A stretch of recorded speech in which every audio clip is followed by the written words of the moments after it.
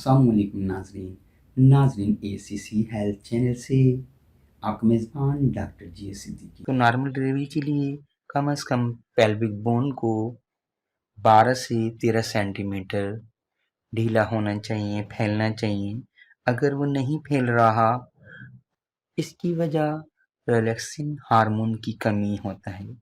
Relaxin hormone आपकी joint को ढीला करता है और चौड़ा करने में मदद करता है ताकि नॉर्मल डिलीवरी हो।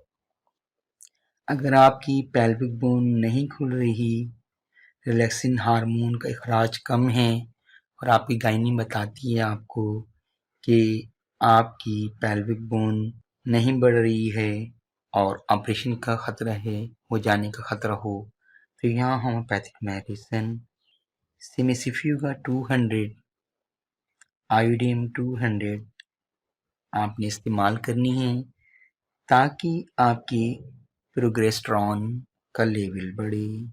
पेल्विक बोन यानी पेड़ों की हड्डी का 12 से 13 सेंटीमीटर फैलना आपकी नॉर्मल डिलीवरी के लिए ज़रूरी होता है, जबकि बच्चे का जो सर का साइज़ होता है वो 10 सेंटीमीटर होता है।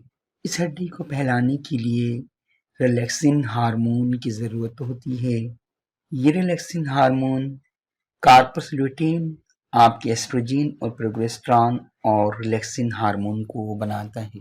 तो इसलिए ज़रूरी है कि कार्पस ल्यूटेन को एक्टिव कर दिया जाए ताकि एस्ट्रोजन और प्रोगेस्टेरॉन और रिलैक्सिन हार्मोन वो पैदा कर सके, जो कि आपके बच्चे की अच्छी ग्रोथ और नॉर्मल डिलीवरी के लिए ज़रूरी है।